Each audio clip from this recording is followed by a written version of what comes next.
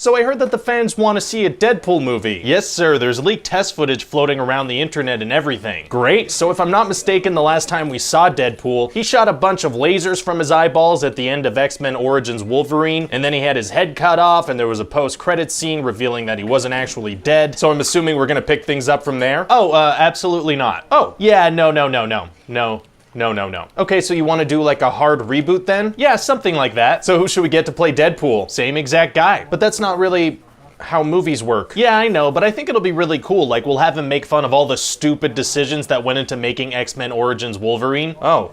Okay. Like sewing his mouth shut? What was that about? Well, we thought people were gonna like it. We're also gonna make fun of you guys for being cheap. Okay, that's a little mean. And now the timelines of the X-Men movies don't make any goddamn sense. We work really hard on those. And at the beginning of the film, we're gonna have some intro credits that say that the movie was produced by asshats. That kinda hurts my feelings. That's hilarious. So anyway, we're really gonna do right by the Deadpool character by having him break the fourth wall a bunch of times. Oh, how's he gonna do that? It's mostly gonna be variations of him turning to the camera and being like, hey, I'm breaking the fourth wall right now. That's actually really good. Yeah, not bad, huh? So what's this movie about? Well, basically Wade Wilson is gonna fall madly in love with this woman, Vanessa. Oh, what's she like? She's crazy in the bedroom and she knows what Star Wars is. That is every teenage boy's dream girl, and I want no more character development than that. Don't worry, that's where it ends, my friend. Perfect. So anyway, Wade is gonna learn that he has a terminal illness. Uh-oh. And so this creepy guy tells him they can cure him and give him superpowers. Wow. So he goes to this workshop, but it turns out that it's run by this bad guy, Ajax, and he really hates Wade. What's his backstory? He's also a product of the workshop, and that's as far as we're gonna dive into that. Does he have powers? Yeah, he has really fast reflexes, and he doesn't feel pain or emotions or anything really. Why does he hate Wade? Well, because Wade keeps cracking jokes and he finds out that his real name's Francis, so you know,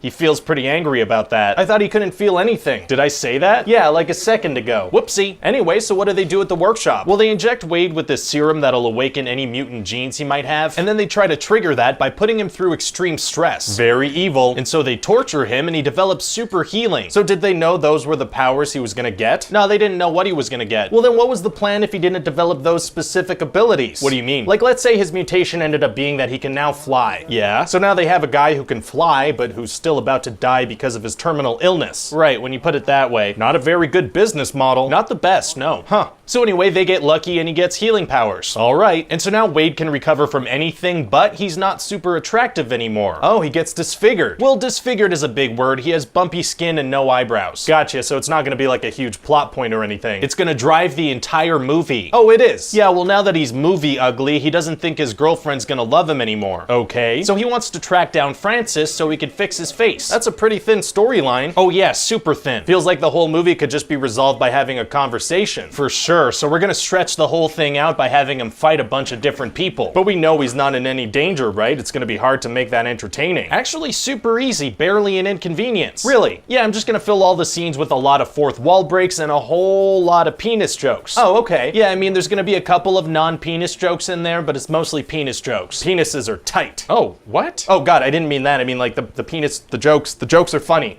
Okay. Sorry about that. It's fine. So what else happens? Well, there's also this mutant Colossus that wants Deadpool to join the X-Men. Why? Because that works. And we're gonna do that thing where the bad guy kidnaps the girl to lure the guy into a final fight. Very cool. And Deadpool's gonna put Vanessa in a glass container and throw her about 200 feet down to the ground. Oh, so she dies? Nah, she's totally fine. How? Physics, I don't know. Okay. And so that's about it. Well, it sounds like teenagers are really gonna enjoy this movie. Actually, I kinda wanna make it super gory and have a lot of nudity. Oh, so you think it's gonna be rated R? Oh yeah. So it's like the perfect movie for teenagers, but they can't see it without a parent or guardian. That's right. How's this thing gonna make any money? Well, I figured maybe you could handle that with like a crazy amount of marketing. I guess I'll have to. Great, thanks. Oh, one last thing. What's that? Did you happen to include a Stan Lee cameo or? I did. Good, it's important we show that man respect.